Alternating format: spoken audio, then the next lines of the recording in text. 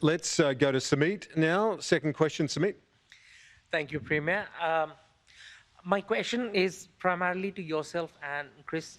Your commentary will be crucial. Thanks for Redevelop Sydney, but this infrastructure uplift that we've done has come at a cost. It was all fun and games till inflation was low and rates were low as well. Now with rates rising, inflation going up, it's start to hit the average family's budget. It has hit my family.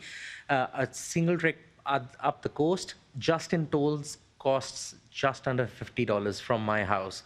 So my question is, what is your exact plan in regards to delivering all your promised projects over the next couple of years without impacting the average family's budget?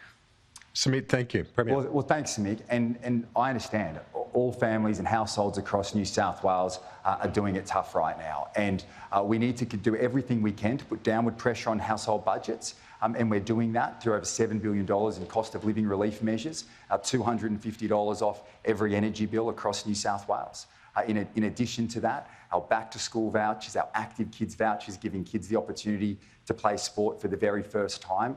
And at the same time, when it comes to tolls, a 40% rebate on tolls. But we also need to continue to build for the future. We need to build the schools and hospitals. We can't stall and go backwards. And the strong financial management in this state has ensured that we have more schools, more hospitals, and we've got to keep building the motorways.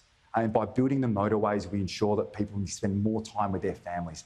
That's what it's all about. That's what my government is all about. We've got $178 billion of infrastructure since we've come to government.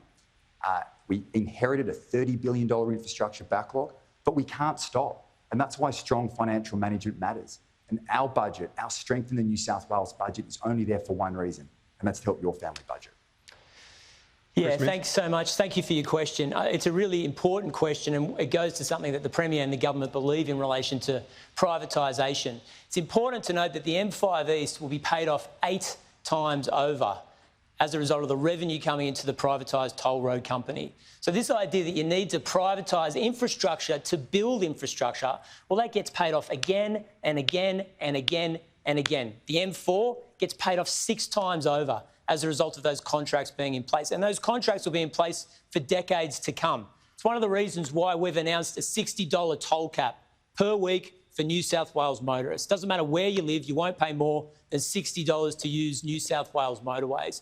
We've seen many people that live in Western Sydney, as a result of tolls, be crippled just because they have to get to and from work. And you shouldn't be penalised because you live in a suburb that doesn't have great access to public transport in New South Wales. So the toll cap comes into place directly to help families in New South Wales. It's a cost of living measure that's just common sense. It's a shame we have to do it in the first place, but as a result of these privatisations, it's a common sense policy we think will help families in this state. Thank you, Mr. Minns.